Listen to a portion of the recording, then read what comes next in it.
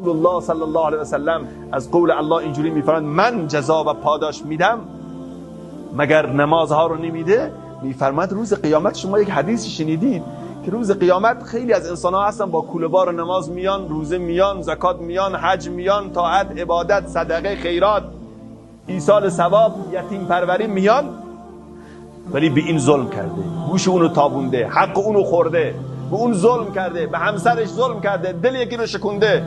اونجا صاحبان حق میاد میگه حق ما رو بدید.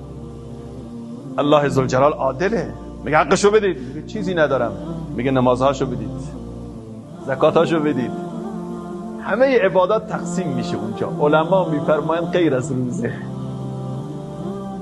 همه رو بین طلبکارا الله ذوالجلال تقسیم میکنه، ولی روزه رو نگه میداره.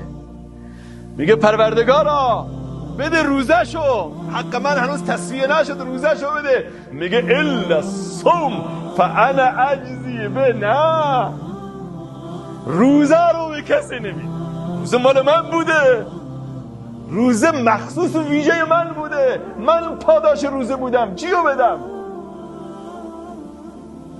این ارزش روزه است. چی میگرفتیم ما؟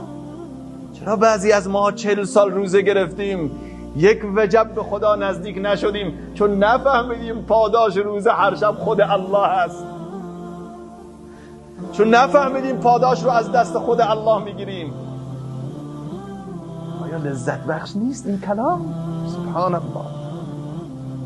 و چه بسا که همین روزه، چون همه میره، همین روزه سبب نجات من و شما از دوزخ بشه، سبب نجات ما از مهلکه بشه. این فرصت رو غنیمت بشمار.